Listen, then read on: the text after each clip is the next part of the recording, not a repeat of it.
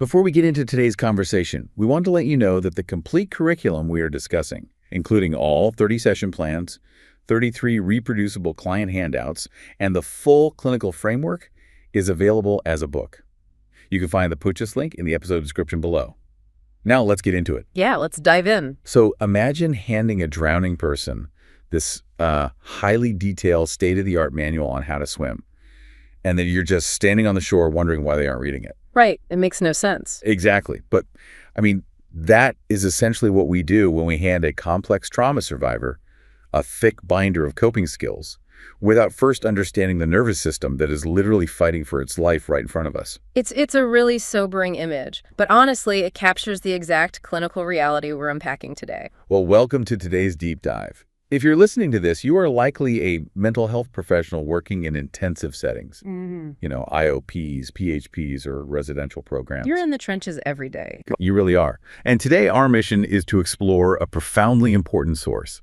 It's called the Trauma-Informed BPD Group Curriculum by Jeevan Holden Rutto. Such a crucial piece of work. It is. We are examining this really critical gap in treating borderline personality disorder. We need to look at what happens when the gold standard treatment meets a nervous system that is just fundamentally shaped by severe childhood adversity. And, you know, how you as a clinician can adapt your approach to actually create lasting change. Right. Because this curriculum, it's a massive resource. Oh, absolutely. It provides a 30-session clinical framework specifically designed for those intensive settings. But the most revolutionary piece of this work is its foundational premise. It demands that we stop viewing BPD as a character defect or, you know, a collection of manipulative behaviors. Instead, we have to recognize it as a predictable, even brilliant developmental outcome of severe childhood adversity. I want to start right there because we really need to address the elephant in the clinical room here. Dialectical behavior therapy, or DBT, is the absolute gold standard for BPD. Undeniably. It's evidence-based, and we know it saves lives. Right.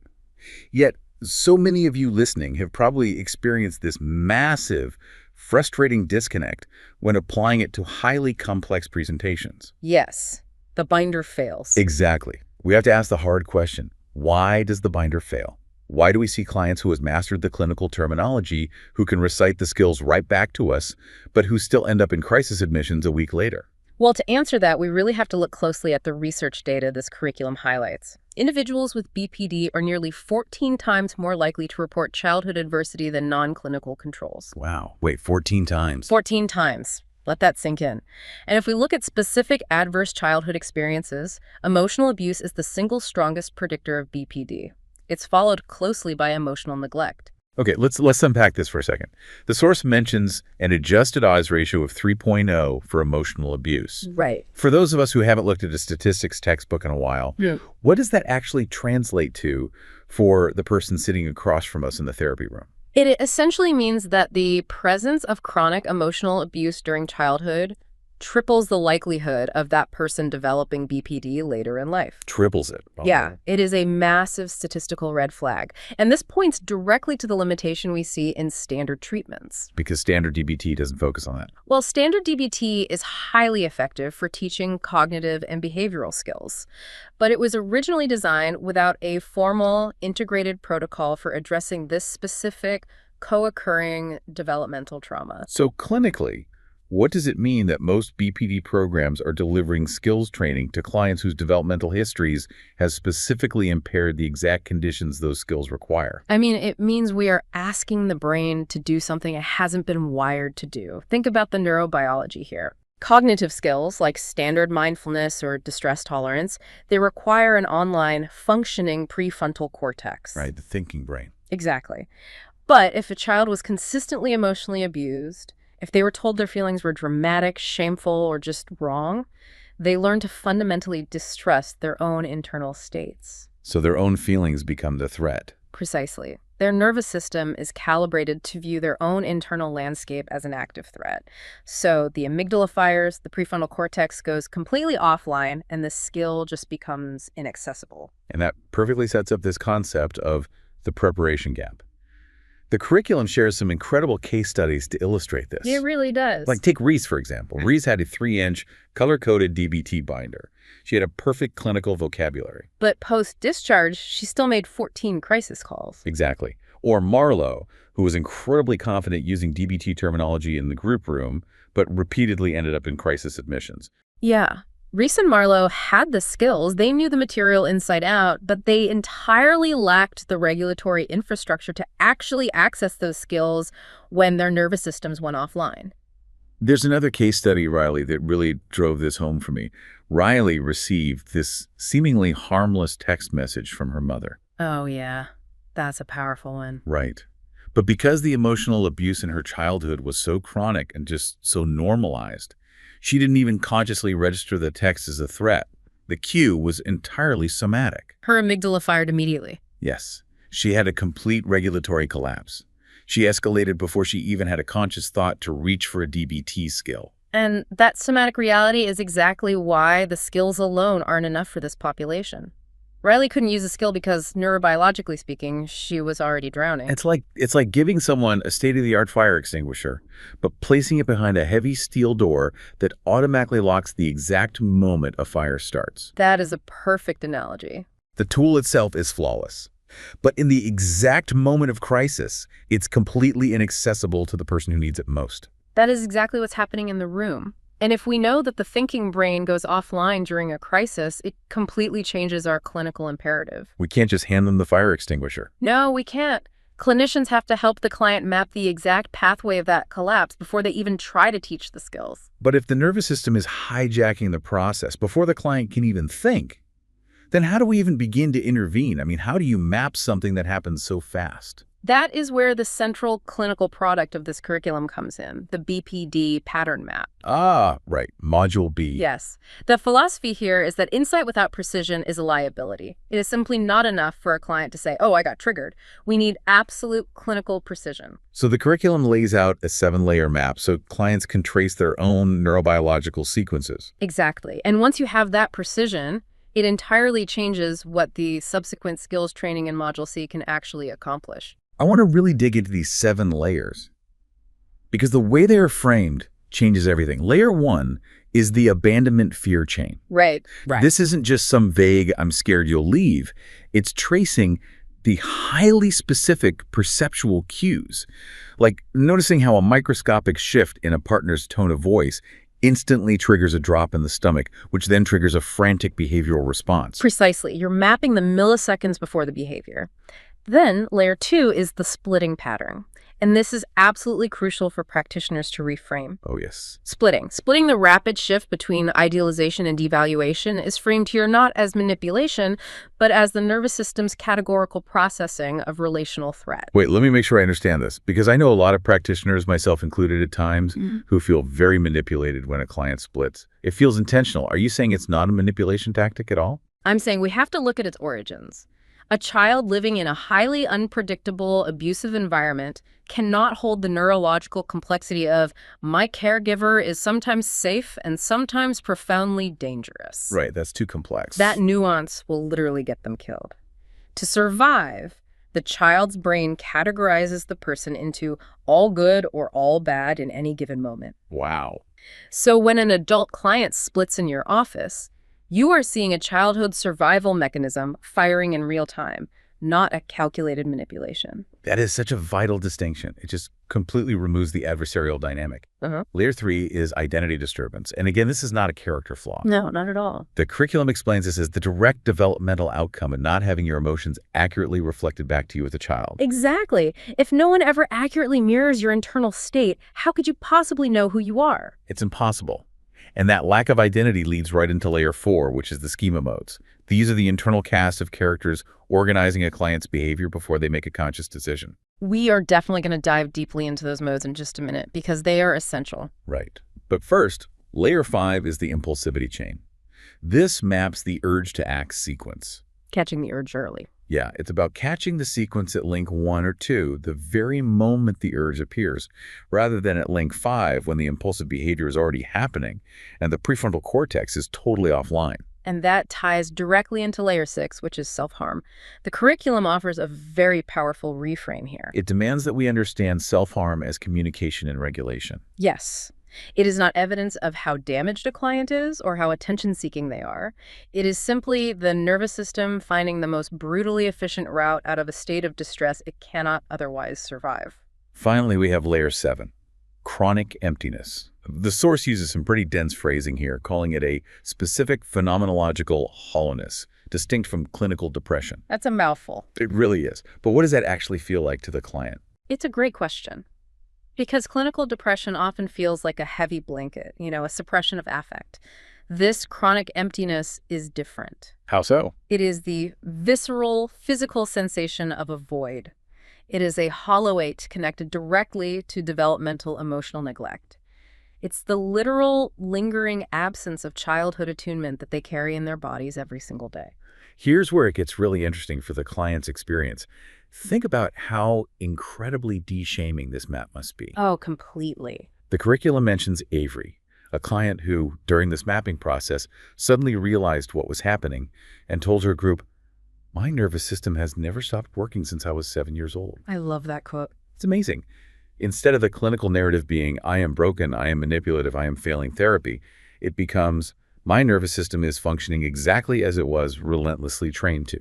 That shift in perspective is everything. Because if you don't know why you are escalating, trying to use a DBT skill like Dear Man just feels like reading from a script you don't understand. Exactly. But with this map, you know exactly which link in the neurobiological chain you are interrupting. You aren't just applying a generic skill. You are treating a specific mapped response. So if the client's nervous system is taking over before the thinking brain can engage, we really have to ask who exactly is driving the bus when a client escalates. Right. That brings us back to layer 4 of the map, which deserves its own spotlight, the schema mode framework.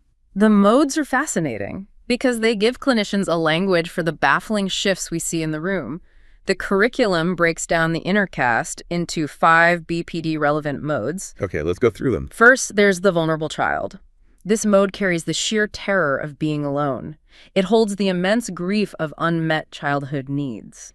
When a client is in this mode, they look and sound terrified and incredibly fragile. Then you have the angry and impulsive child. Mm-hmm. This mode holds the rage at what was done to them. Yes. It acts urgently, impulsively before the thinking brain can hit the brakes. It's the part of them that flips the table because it feels entirely cornered. Third is the detached protector. Now, this was the emotional distance that ensured their survival when they couldn't physically escape abuse. To just check out. Exactly.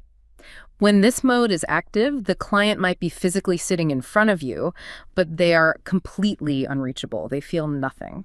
Fourth is the punitive parent. This is the internalized, harsh, contemptuous voice of the original invalidating environment.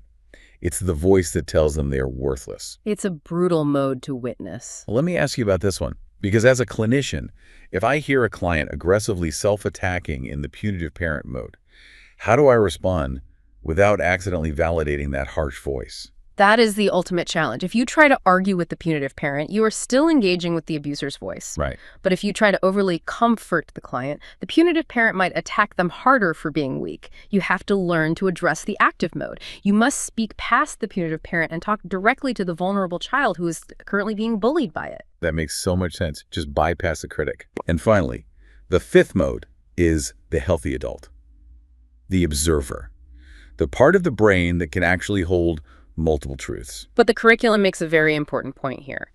The healthy adult is the goal of treatment, not the starting point.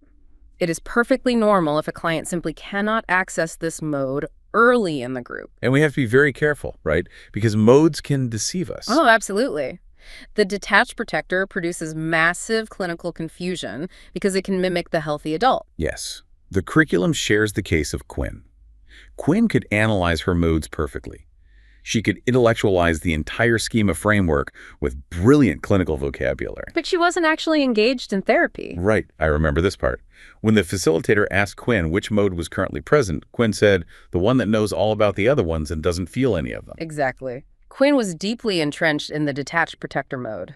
It offered clinical analysis as a defense mechanism to block real therapeutic work. If a clinician doesn't know to look for that, they might think Quinn is doing brilliantly, when in reality, she is completely dissociated from the work. Think about your last group session, for the listeners out there. Have you ever sat with a client and felt like you were suddenly talking to a completely different person? Happens all the time. Like the rational adult you were just speaking with vanished in a matter of seconds. This framework finally gives you the vocabulary for what is happening in the room. It really does. When a client drops her skills and starts yelling, it is not a failure of clinical compliance. It is a rapid mode shift.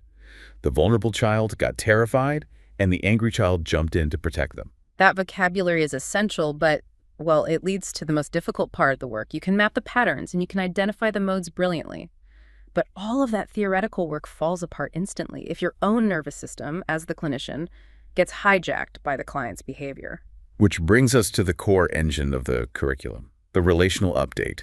This is where it gets really real for the practitioner. The relational update is the idea that the facilitator's consistent, regulated, warm, non-retaliatory response to testing behavior is not just a prerequisite for therapy, it is the primary treatment mechanism in BPD group work. Wait, so the way I react to being tested is actually providing the experiential data they never got as a kid. Yes. The client's nervous system is constantly running a threat assessment. Will you abandon me? Will you attack me like the others did? Testing the waters. Constantly. When they test you with anger or devaluation, and you respond with regulated warmth and firm boundaries, you are updating their developmental template in real time. You are proving that a relationship can survive conflict. But managing that dynamic in a group setting is intensely challenging. Yeah. Especially when you factor in splitting and the idealization-devaluation cycle. It's exhausting. The curriculum gives a great example of this with facilitator Morgan Vale and her co-facilitator Dakota. That scenario is a perfect illustration. A client named Skylar suddenly accused Morgan of judging them, completely devaluing Morgan in front of the entire group. A classic rapid mode shift into the angry child. Exactly. But Dakota and Morgan didn't get defensive. They didn't argue the facts or try to prove Morgan wasn't judging them. They used a planned, coordinated response to name the behavior without shaming Skylar. They held the clinical boundaries while remaining entirely warm. Yes. Let's be real for a second. Speaking directly to you, the practitioner, maintaining a perfectly regulated, non-retaliatory presence when a client is actively devaluing you in front of a group is incredibly hard. It feels deeply personal. It does. Our heart rates spike. Our own detached protector or angry child modes want to activate. How does a clinician actually sustain this posture week after week without burning out entirely? Well, they cannot sustain it alone. This work requires a very specific type of support. The curriculum stresses what it calls a 3-domain supervision requirement. Okay, what are the domains? Most clinicians get supervision in 2 domains. Clinical decision-making, meaning what intervention to use, and facilitator state, which is generally just checking in on how stressed you are. But there's a third domain that usually gets skipped. Yes, the countertransference domain. This is the domain most frequently omitted in standard supervision, yet the research shows it is the single most predictive factor in clinical boundary erosion, practitioner burnout, or the sudden urge to rescue or reject a BPD client. Wow. If you, as a clinician, are not given a safe supervisory space to examine your own urge to defend yourself against a client's angry child mode or your desperate urge to rescue their vulnerable child mode, you will inevitably enact those urges in the room. And the moment you do that, you destroy the relational update. Exactly. That makes co-facilitation sound not just like a nice luxury, but an absolute clinical necessity for these intensive modules. You need someone else in the room to help hold the relational field when your own nervous system is being tested. The curriculum strongly recommends co-facilitation for exactly this reason. You need an anchor when the waters get muddy. You need someone who can maintain the healthy adult mode when yours is starting to waver. It all connects back to those diagnostic muddy waters we started with.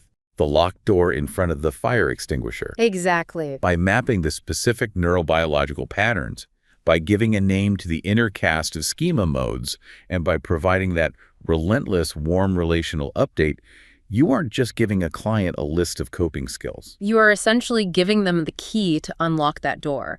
You are helping them build the internal regulatory infrastructure that their childhood trauma never allowed them to build.